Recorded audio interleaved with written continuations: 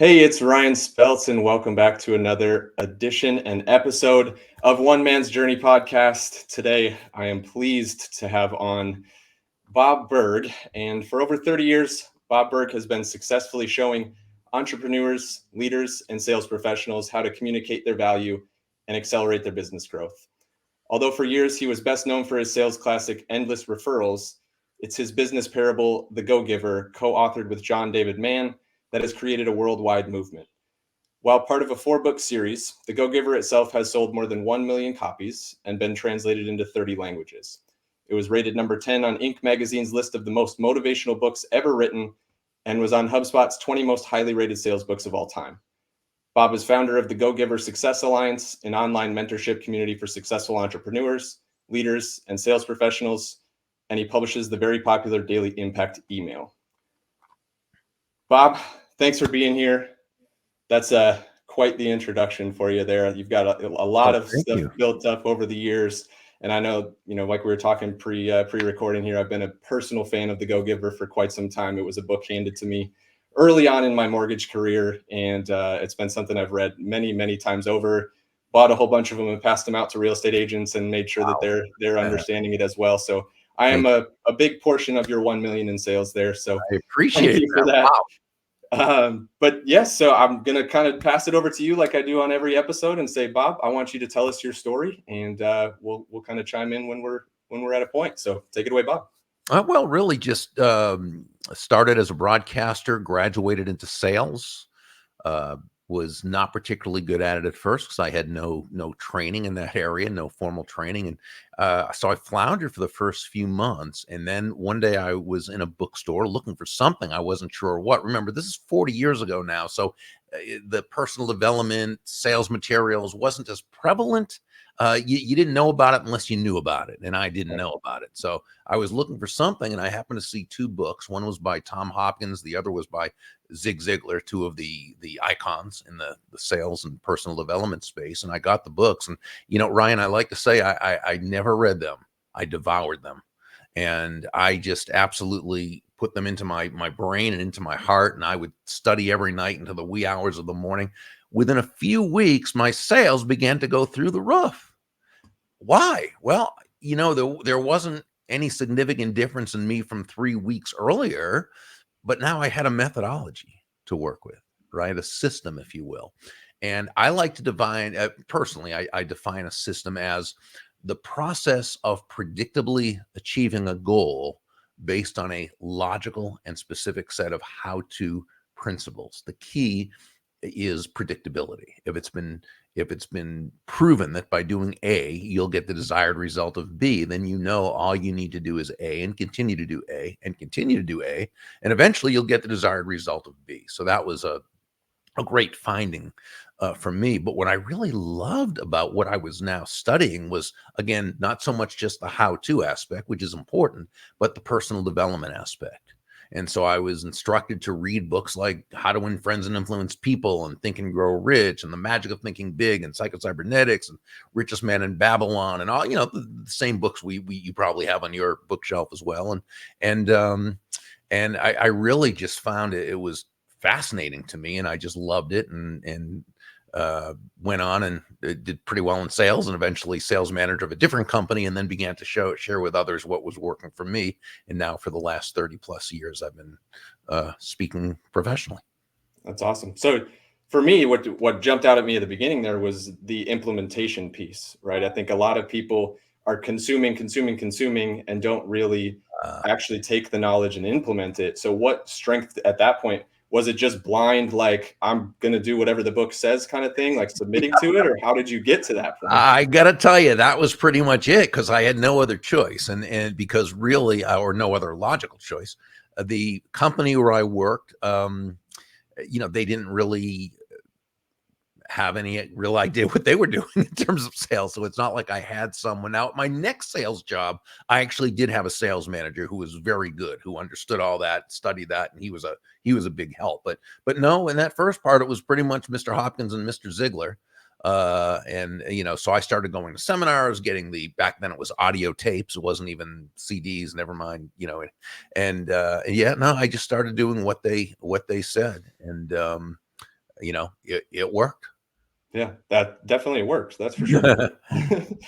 With that, the persistence piece there, you mentioned, you talked about doing A and doing A and doing A. How does that play into, especially now that you're obviously established and you've got kind of the name behind you as well that helps you roll through. How does the persistence piece play into what you do on a day-to-day basis now? Is it something that you think about often, or?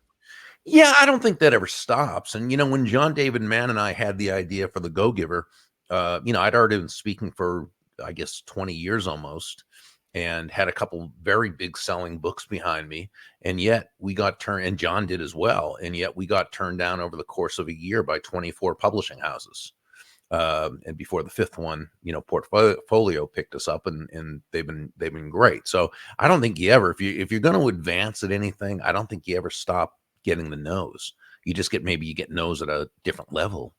There's a great book. I don't know if you've read it. It's called Go for No. It's a business parable by my friends Andrea Waltz and Richard Fenton, which is a book I wish had been written when I first got into sales, because they absolutely reframe no in such a way that you can really utilize just the very idea of it to help you be inspired to keep moving on. Because getting past the no's, it's tough, but it's part of life. It's part of sales.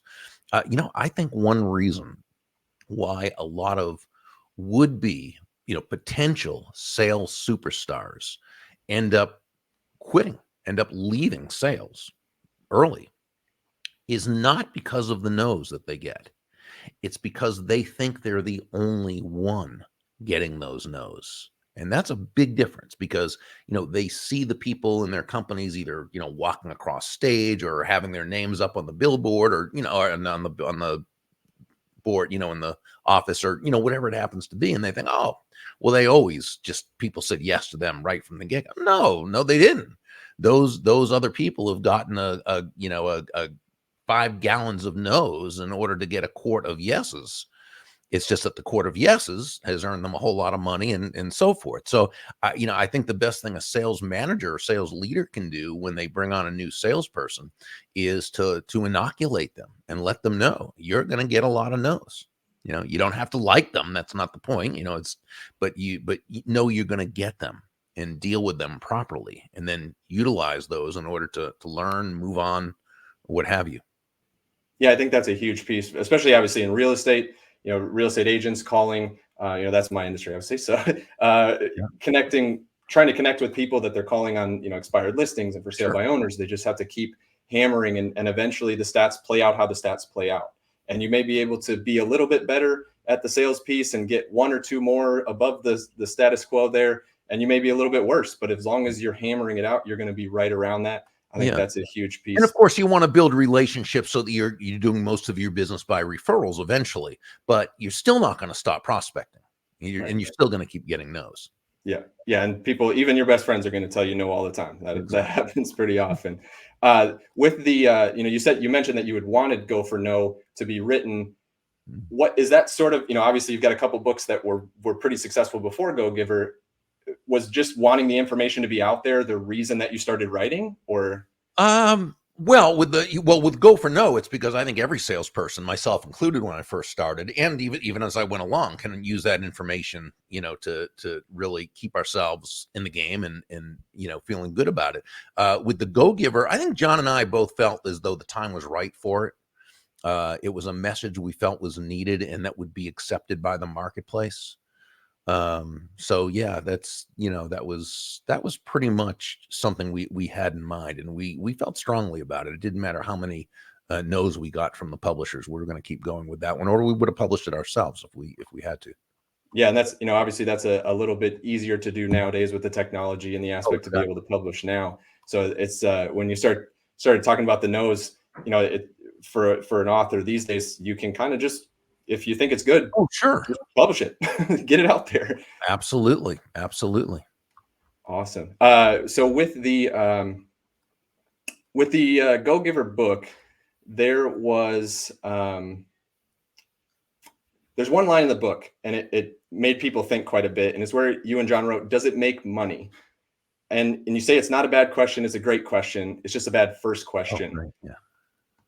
I think a lot of entrepreneurs, obviously, when they're in startup phase and salespeople, when they're just getting going and not knowing where to go for the sales, they think that that's the first question to answer. Where can I get my best return on investment, or where can I, make the most money? Right. How does that play in? What did you two mean by when you put that in the book? Sure, it's a great question. So this is where Pindar, the mentor, and the protege Joe were talking, and Pindar was talking about Rachel's coffee that was so good, and that it will probably be big one day. And Joe kind of said, yeah, you can make a killing with that if you can put it on an industrial scale. And Pindar just kind of said, Joe, let's kind of get on the same page here, because what Pindar had said is we can share this coffee with the world or something like that. And Joe said make a killing, and Pindar said, where I talk about sharing the coffee, which is the value of the coffee with the marketplace, Joe's talking about making a killing. And Joe said, well, so I don't get it. Are you saying asking if something will make money or whether something will make money is a bad question? And as you said, Pindar said, no, asking if something will make money is a great question. It's just a bad first question. Why? Ryan, when I used to speak at sales conferences, because I'm 66 now, I've pretty much taken myself off the road. I don't travel, but when I did, I would be standing in front of a room of thousands of sales professionals, and one of the first things I'd say is this: nobody's going to buy from you because you have a quota to meet. Nobody's going to buy from you because you like the money, and nobody's going to buy from you just because you're a really nice human being. They're going to buy from you because they believe that they will be better off by doing so than by not doing so. And it's the same here. Okay. So you start a business, maybe you invent a product, distribute a product, sell a product or service, whatever it is, doesn't matter. So if you ask yourself the question, will this make money? You're kind of you're putting the cart before the horse, because nobody's going to do business with you because you think it will make money. Right? First ask, will it serve? That's the first question. Asking if it will make money, great question, bad first question. First question is, will it serve? Or you could say, is there a marketplace for it? Now, it might be a market you need to develop because it's not already there. That's a choice you have. Is it worthwhile enough to do that or not? Or there's already a market for it, but can I compete in that market in a way that that's a choice you have. But they're not going to do business with you because you're thinking about the money part of it. They're going to do business with you because they feel it will serve them in some way to do so. So first ask, will it serve? Does it serve? Is there a marketplace? Can I develop a marketplace? What have you? Now, if the answer is yes, now you've got to ask, will it make money? Because you could have everybody in the world wanting to buy from you, but if you're losing money on every sale, well, you've got a very expensive hobby. And hobbies are great. I recommend them, but that's not what we're talking about here. So absolutely ask if it will make money, but have that as the second question. First ask, will it serve? And by serve, obviously that feels like it brings in the word value. Is that kind of what you're saying? Is bringing in the word value? Is there value to another? Sure, by doing business with you. And so you mentioned that, and so we're trying to lay out something here for somebody to kind of build something with the value piece in mind. How does a person add value to others without costing too much money? I mean, obviously, getting in front of people is difficult. Getting an audience growing can be difficult. Like, especially, we're in such a competitive economic environment right now. How do we do that? Yeah. Well, first, let's even define value, right? As opposed to price, which is a dollar figure, a dollar amount, which is finite. It is what it is, right? Value is the relative worth or desirability of a thing, of something, to the end user or beholder. In other words, what is it about this thing, this product, service, concept, idea, what have you, that brings so much worth to another person, another human being, that they will willingly exchange their money for it and be glad, be thankful that they did, while you make a very healthy profit. So many of your clientele are realtors. Okay. what does a realtor, in exchange for the commission or fee they receive, what's the value they provide? Well, to a listing client, let's say, they help that person sell their home for more money in less time, with less aggravation than they would without that realtor's expertise, contacts, experience.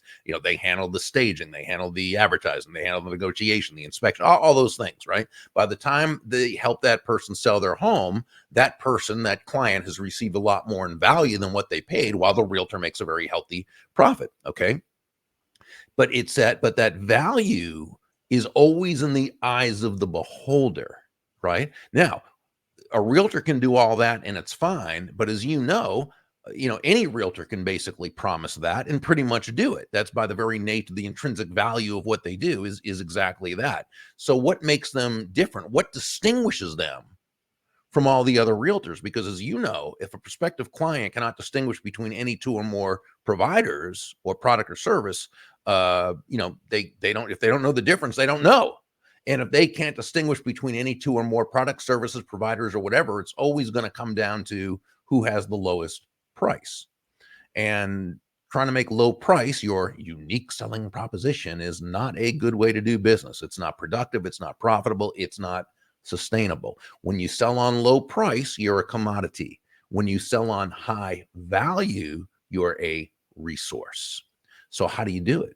How do you, especially if you work in a commodity-based business, like mortgage, like real estate? I mean, how do you separate yourself? How do you distinguish yourself? That's where extrinsic value comes into play. And that's all about the experience that you provide those who do business with you.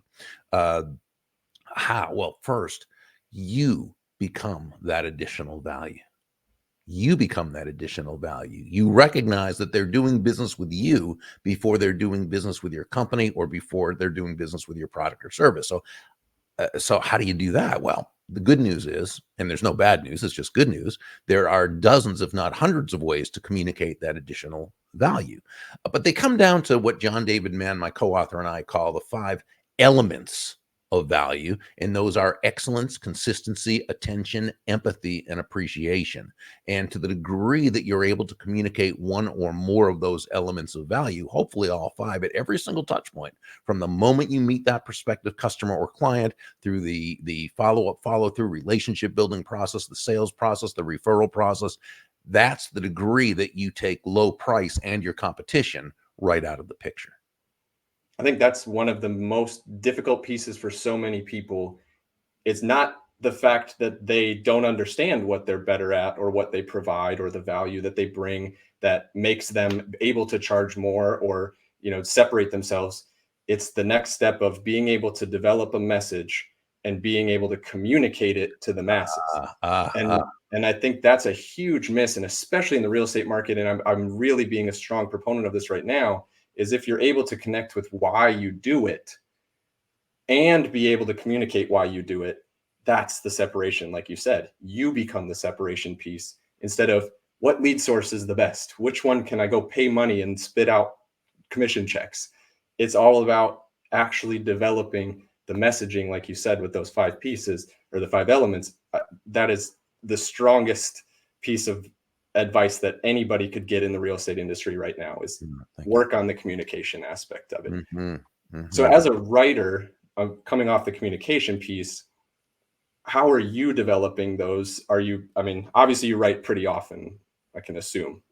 Is it something that you do daily to develop that skill set, or where does that piece of the communication aspect come from? Well, I'm really a how-to writer more than anything else. My daily impact emails are how-to. Every book I've written before John and the Go-Giver and after have all been how-to books, except for my latest one. I have a new one out that just came out called Streetwise to Saleswise: Become Objection Proof and Beat the Sales Blues. I wrote that with Jeff West, and that was a parable. But again, Jeff was the lead writer for that and storyteller, just like John David Mann was the lead writer and storyteller with the Go-Giver. So they're better writers than I am. I'm just a how-to writer. And so I'm fine. And I'm fine with that. We all have our strengths and not strengths. And so, yeah, as John always says, if you want to get better writing, write more. And I think that's like anything else, right? Now we want to practice the right way, of course. It's not just a matter of, but yeah, and when we learn what we need to do and then practice it consistently, the more we do, the better we're going to become at it. Yeah, I've been getting those daily impact emails now for a couple Oh, months. thank you. I was able to be on one of your coffee meetups as well, the ones that you send out to the masses there, and like they were awesome, just interactive and everything about them. I was like, all right, let me, I'm thinking about jumping in, like, let me get in there. So the daily impact was my soft way of doing that. I think a lot of what people do as well, we were talking about the consuming part and not really taking action on it. Those daily impact emails can be something that you can sit with for 10 minutes. And that's the one thing that I've gotten the most out of them is Oh, wow. the thought provoking aspect of it, not necessarily the how to. So Right. when you say you're just a how to writer, that's there, but you have more strength than that, Bob. I appreciate that. I So appreciate that. Thank you, Brian. I would encourage everybody to go to sign up for that daily impact email. And I love how early it comes, because I'm in the gym every single time it comes into my inbox, so I can take a couple minutes and have thought, space for the thoughts. So that's been a strong thing for me on those emails.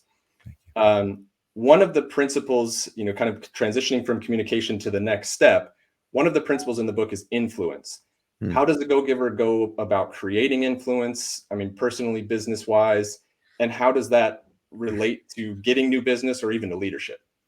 Yeah. So again, if you look at just the definition of influence on a very basic level, influence can be defined simply as the ability to move a person or persons to a desired action, usually within the context of a specific goal. Again, that's the definition, but that's not really the substance or the essence of influence. The essence of influence is pull.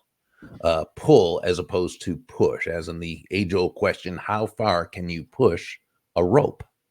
And the answer is not very, at least not very fast or very effectively, right? So great influencers don't push. You never hear people saying, wow, that Daniel or that Susan, she is so influential. She has a lot of push with people. No, she's so influential. She has a lot of pull with people. That's the difference between trying to lead or influence through compliance, which is force or manipulation, or right, and earning people's commitment to your ideas. And this pull manifests itself through your focus on the other person. So, it's understanding what Dale Carnegie taught us in his 1936 classic, How to Win Friends and Influence People. It's one line in his book, of his magnificent book, I think was the underlying premise. And this is where he wrote, ultimately, people do things for their reasons, not our reasons. So the great influencer is always asking themselves questions such as, how does what I want this other person to do, how does it align with their goals, with their needs, with their wants, with their desires? How does what I'm asking this other person, how does what I want that person to do, how does it align with their values? What problems of theirs does it solve? How does it move them closer to happiness?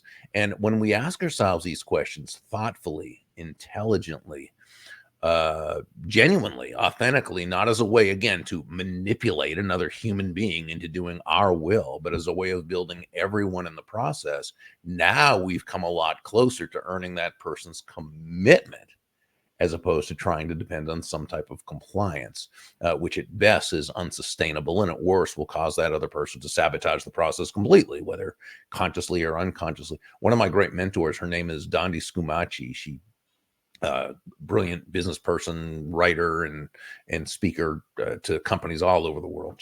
I love what she says about this. She says, when it comes to leadership, when it comes to influence, compliance will never take you where commitment can go. And I think that's I such love a that. state. I love that. That's one of the things, that, like I said, we're talking about the communication and the messaging, and a lot of people want to just tell people and tell people and Right. tell people, instead of helping that person to feel something, Right. to move them. Mm-hmm. And that's that story building piece and I honestly, Bob, that's really why I think, and in my opinion, whatever, whatever it is, I think that's why The Go-Giver was so successful. Thank you. Because you both were able to create this storyline and execute the communication of what you needed to portray. And you kind of like ninja'd the way in there, right? Like you enter in the side door and you plant the Right, methodology there right. without just saying step A, step B, step C, step D. Yeah. I think And I think stories do connect. Yeah, I know you're right. Stories connect at a deeper level than a how-to. It connects on a heart-to-heart level, and that's how a message really is best communicated anyway. absolutely. So one of the biggest things that I've had challenged to, when I'm handing out all the books and people are reading the books, one of the things that they challenge me the most on, and if they're reading it at a level that's not at the full understanding of what the Go-Giver is, they talk about how this just sounds like I'm giving everything away. How could I ever make money? Are there any misconceptions about what being a go-giver is, since the name in itself kind of implies that you just give constantly? Yeah. How Well, do people avoid being taken advantage of? yeah. Well, what you just said is the biggest misconception of all, that it's just about, giving yourself away, not making a profit. I mean, go-givers make a big profit because go-givers don't sell on low price. They sell on high value right there. So basically what being a go-giver means is it's understanding that shifting your focus, and this is the key, shifting your focus from getting to giving. Now, when we say giving in this concept, context, we simply mean constantly and consistently providing immense value to others, understanding that not only is doing so a more fulfilling way of conducting business, it's the most financially profitable way as well. But here's the key. It's not for some woo-woo, way out there, magical, mystical type of reasons. It's very logical, very rational. When you're that person, Ryan, who can take your focus off yourself and focus on serving others, again, making it about them, discovering their needs, wants, desires, and helping them to get it, people feel good about you. They feel great about you. They know you. They like you. They trust you. They want to do business with you. They want to refer you to others. They want to tell the world about you and be your personal walking ambassador. So no, it's not about giving yourself away. It's about giving exceptional value. And again, that's why people buy. Right.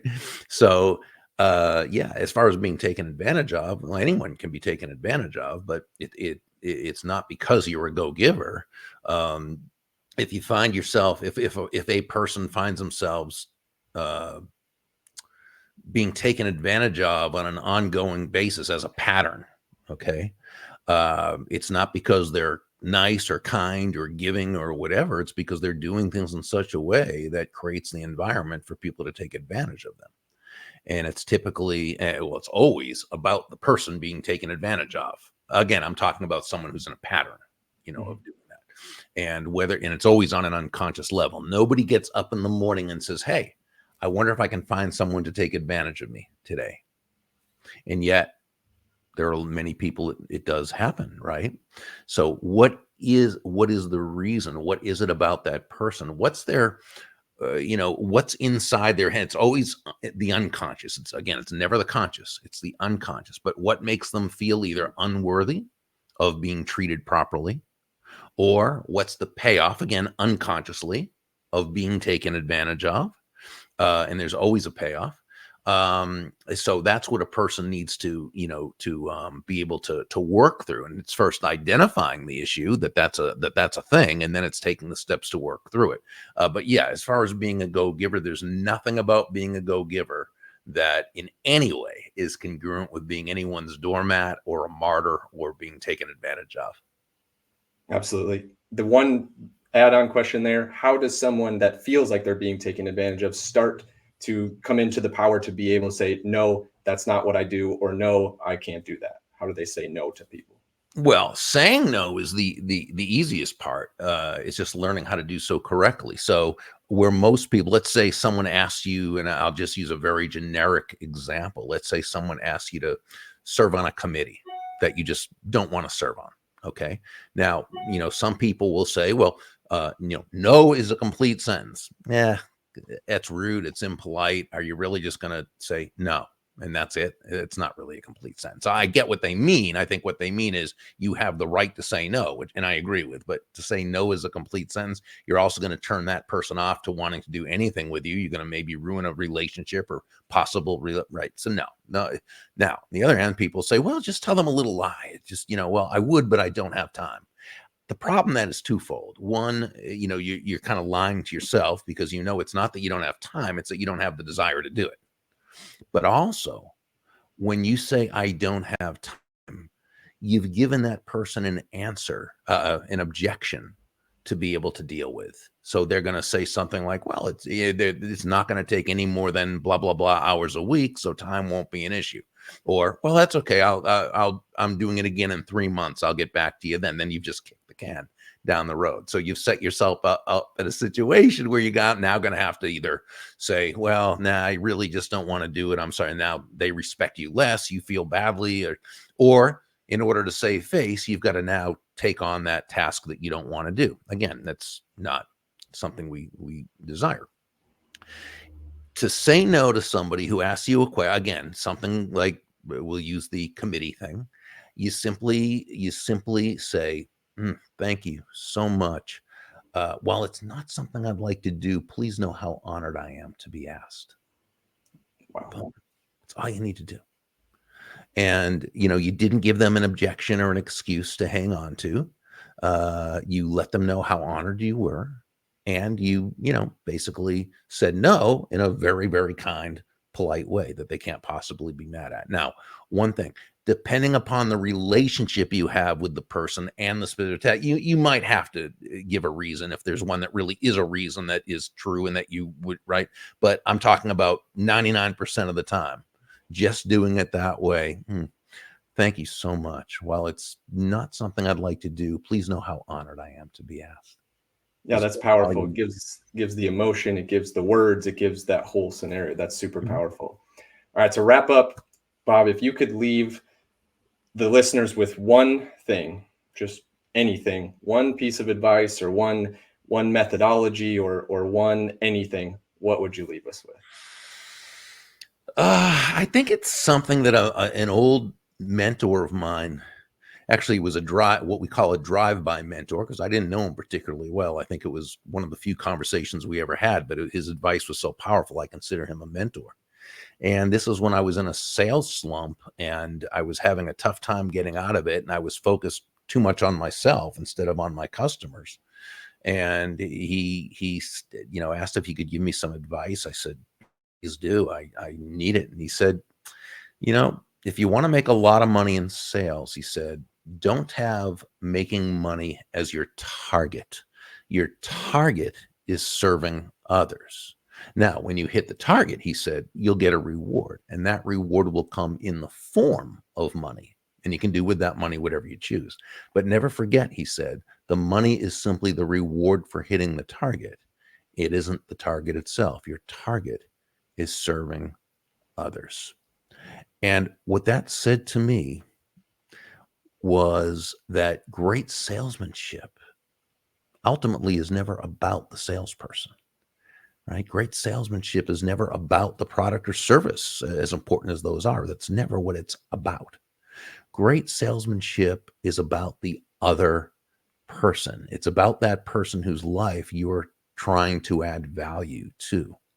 Or you know what, Ryan? We could even put it this way. It's about that other person whose life is better just because you are part of it. And I think when we approach sales from that foundational premise, now we're really 9 steps ahead of the game in a 10-step game. Can't say anything after that. That's great. I think I appreciate. I mean, the messaging. You're so consistent with your messaging. You're clear. You're concise. Everything that you say is what you're living, and I can feel that power coming through, even across the United States here. Bob, thanks for being on with us. It's been a pleasure. I'm sure there's a ton of people out here getting a ton of value from you. Continue doing what you're doing, and for everybody watching, make sure that you're going and signing up for Bob's daily email, also known as the Burg Daily Impact, and you can go to burgdailyimpact.com and go ahead and sign up to get that. Like I said, it's been a powerful thing for me to be able to think through and utilize it for a thought point. So